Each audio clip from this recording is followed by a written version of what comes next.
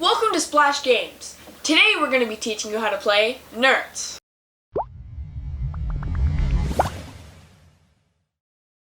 This game is like solitaire, but it's really fast, and you need 2 players or more. Each player has to have their own deck, and make sure they have different backs. That's important for scoring at the end of the game. And here's my mom, teaching you how to play. A lot of people play Nertz different ways. We're going to show you how we play Nertz. To start the game, each person deals out 13 cards.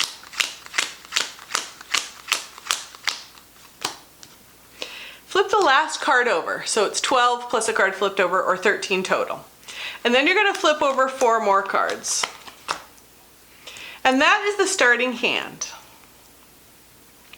The idea of the game is to get rid of this pile. Whoever gets rid of this pile yells Nertz, and the game ends immediately. You're going to begin by flipping 3 cards over and playing these cards. Let me give you a sample. Aces always go up to the top. Now someone else might have a 2 of spades in their area here. They can add their 2 of spades to an ace of spades. And if they did, I would move my 3 of spades up. So everything in the center is the ace all the way up to a king, but it has to be in the same suit. It's sort of a speed game to see who can put those up, because whoever gets it up first gets to put it up in the middle. If I put a card up there, if someone had put a 2 and I put a 3, I can move this card over and then flip the next card over and keep playing. I'm trying to get rid of this deck. I can also put a card, I put the ace up and underneath it was a 2, so now I can play that. And I can put it here. Now in the play area, you can put a descending number in an opposite color down. So I have the black 3 and then the 2. And I can keep those there until an ace of diamonds pops up. Then I'll put my 2 of diamonds up there. Sometimes I like to leave a space here.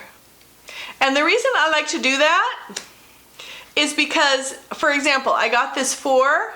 I can put it down and then I can move my 3 over to it. So sometimes leaving a space is a good idea for a while so that you can kind of play underneath your cards. For example, now I have a king.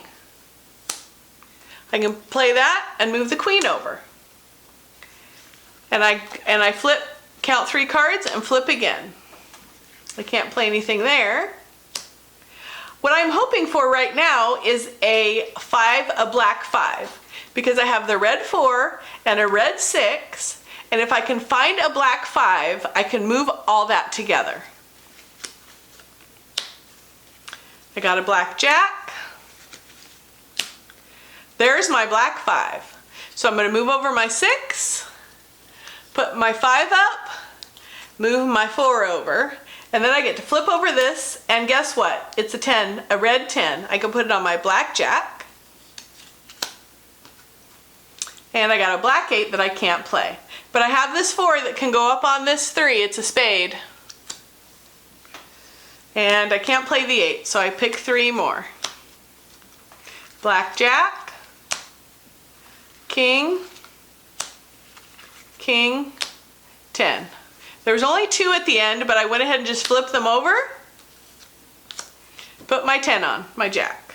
Now I have a 4, I can't play that. So I flip my deck over and do 3 again. Now when there's a lot of players, I usually don't save a space because so much is going up in the middle that I just throw everything up and I move everything over. And if I know someone's going to go out soon, I'll move it over and hope that I can use some of these cards. But when I'm playing with less people, I usually try and leave a space so that I can put stuff underneath or move stuff around a little bit. Here's an ace and a 9. And now that I have a 9, I can put my 8 over. And I got another 8. See, now this queen, because I have a space, I can put that down and move the jack over. But what I just do is put it underneath. As long as I have a space, I can move stuff underneath. An ace, a 2,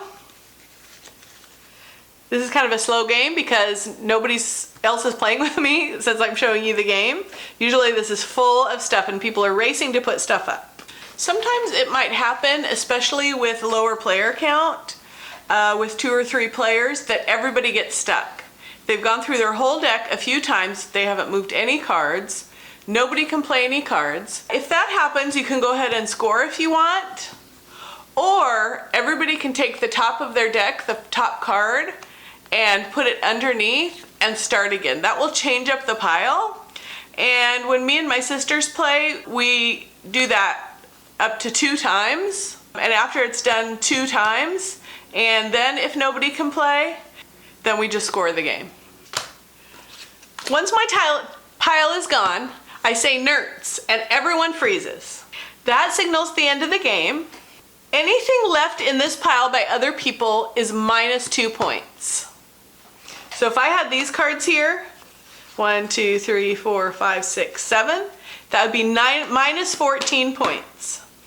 Anything I've put in the center is plus 1. And because we've used different backs on our cards, we can tell how many points we got. So minus 2 for this pile, plus 1 for this pile. Let's show you a sample game. Do all of these? Everybody deal 13 in your pile.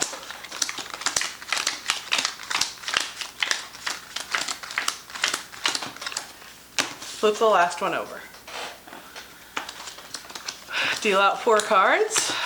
Here we go. Flip 3. Yep, go. Oh my gosh, I've only seen red cards. Can I put stuff behind? Only if you have a space. Do they go See, opposites? look how this is.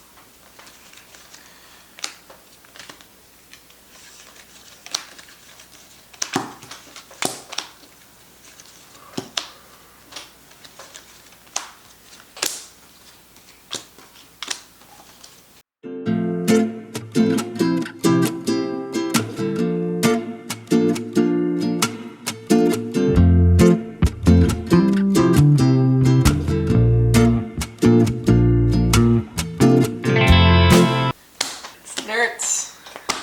I didn't place one of these the whole game. So we flip these over, and everybody gets 1 point for these, and -2 for all these. 2, 4, 6, 8, -8. After everybody counts their cards and you do the final score, you write down the score, and you keep playing until someone reaches 100, and once they do, they're the winner. And that's how you play Nertz.